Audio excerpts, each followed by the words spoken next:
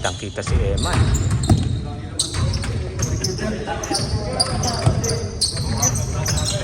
Masikip? Parang mamawag. Ano sa dyan? 9.5? 8.5. Hindi pala doon na Adidas. Masikip sa'yo? Ay, parang mamamatay yung kuko ko dito. Doon. Magad na. Baka 9 sa'yo. 9. 9 ka sa doon. Kaya 8 na lang kinuha ko. 8 talaga ginagamit. Ayun yung ano mo, truth size. Ang size ng sa 8. Depende. 8. Pero pag Lebron, 8 and a half. Yung ganito, no? So, Donovan. Dami ng sapatos ito ni ano? Iya. Tagal na yung iba eh. Tagal na. Ang latest ko lang yung ganyan na Lebron. Pero iba kulay. Pares tayo. Ako in 10 years, nakadalawang pang basketball na sapatos. Yung kopi na purple. Tapos ngayon ito. Ayun, nag-give up na talaga. Ang gaan niya. 9 pala ko sa doon. Sikip eh. Parang bumunda Kasi na. yung 8 sa akin sa doon, medyo masikip. Ha? Pero gusto ko kasi ito nga.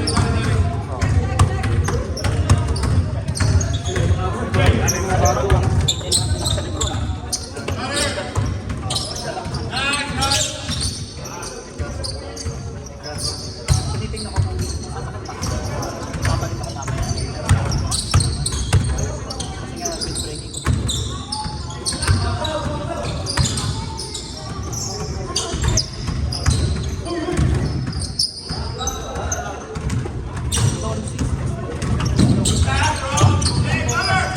Yan yung bago ngayon.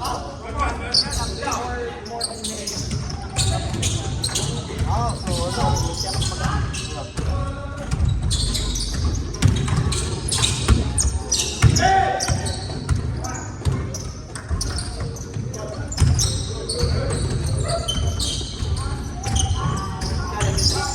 Tago sa kami.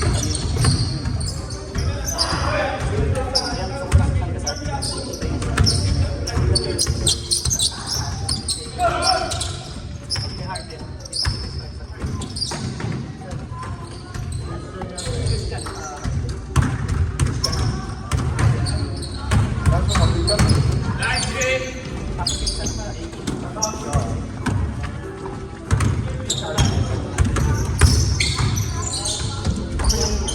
Ako yung ini-invest ko naman. More on yung papalit-palit ako na ano? Yung soap na ano? Insole yung sa akin din. Insole. Kaya lang insole din ako.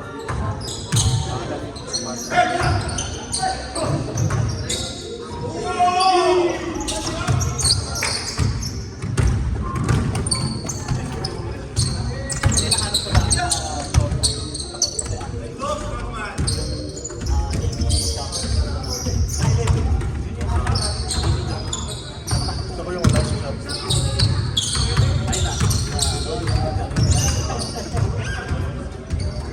Yung sa Brina, maganda din. Hindi maganda. Pagbabago mo yung sobrang. Pagpambabae kasi. Akala ba yung sex yun? Akala ko na. Pero ramdam mo na yung ano sa'yo. Ilang laro ka kasi.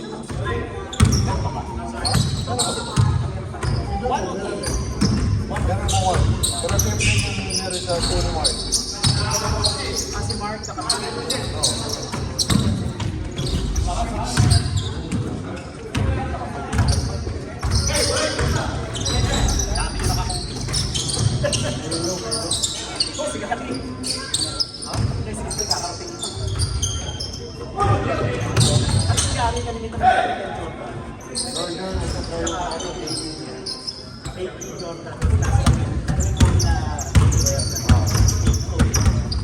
Ako mag-straight na ako dito. Hindi maganda yung comfort dito eh.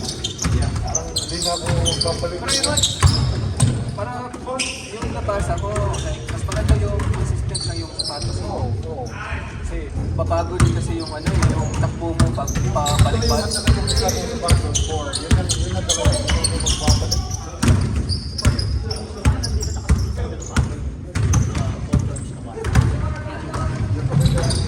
Ganun ako ng gawin. Yung ba yung ano, may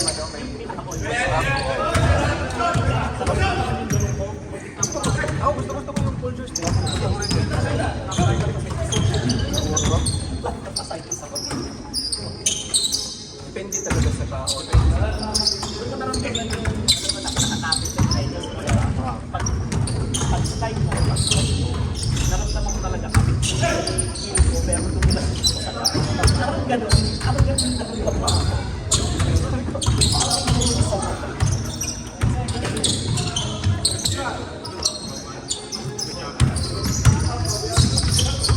Kapit sa sapatos, paako mo balog, pero hindi loob. Ako, yun yung experience ko, yung Paul Church, yun yung isa sa pinaka-best ko. Yung ano, yung may Ay, may strap. may strap. Nilaro ko yun sa ano, nilaro ko sa indoor, sa Ano kasi mo lang Paul George yung Sana, no? hanggang 26 kami laban, yung 26 ko. What about yung mga bagong mga brands ko? Anta, Maganda yung Anta ni Kyle. maganda yung ano, Ay, Anta ba si Kyle? oh, ano, may store sa ano, sa amin sa Ayala, Anta. Ganda ng mga sapatos nila. But I don't know kung maganda siya. Anta rin. May Leaning, maganda rin. Kasi, si yung kay Wade Linin yun. masyadong makapit.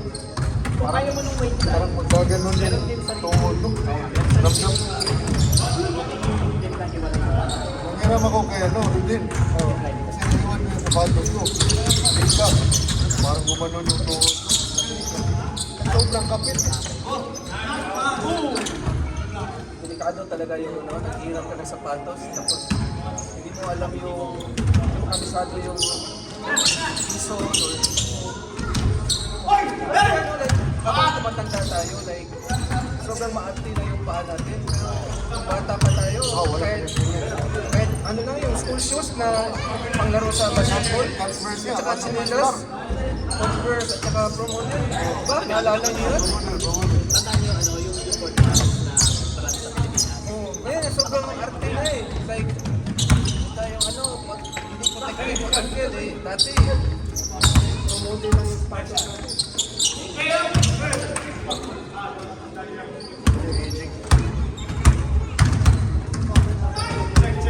Totoo talaga pag tumatanda ka na yung mental stability mo.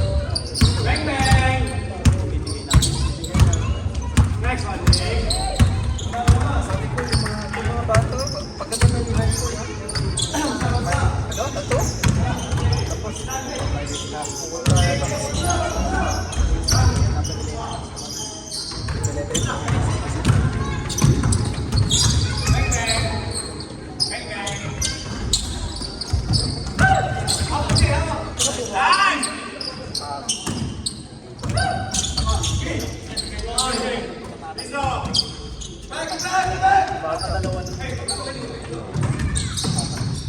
bata ka kasi.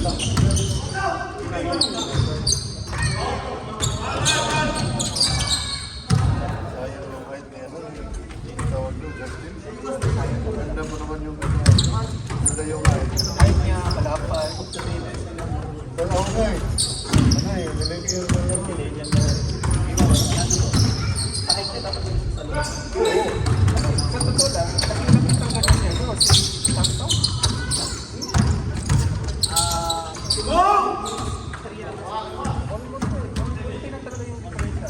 Siya kasi, yung input niya, malapad eh. Oo. Lapad. Yun ang napag siya dati.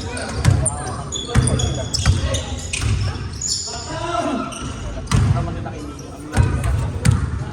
Sa yun yung mga laro natin. Panahon natin. Pero kasi iba, malaki na. Talaga yung mga millennial. Hindi yung marunong. Lumalabas siya sa pagkailangan. Basta legal, dope talaga siya.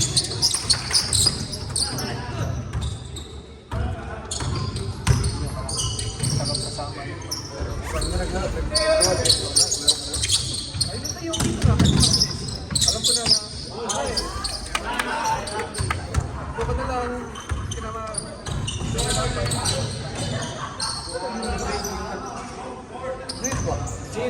Pero basta pa. Kasi Wednesday na siya.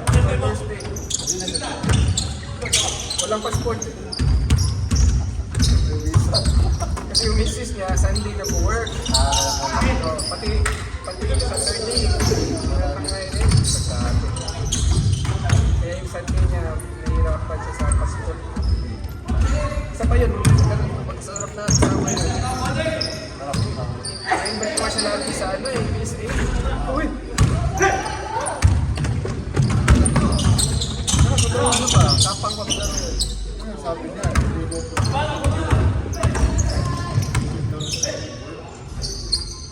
Walang passport. Pag expired, mahirap na ganun. Passport yung pag-usapan.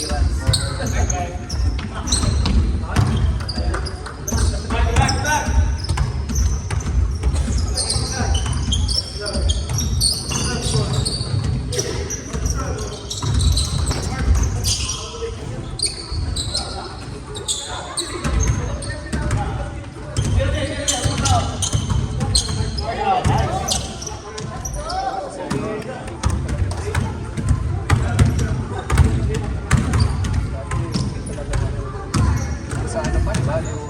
Napunta mo ba ng 2016? Sa Brian?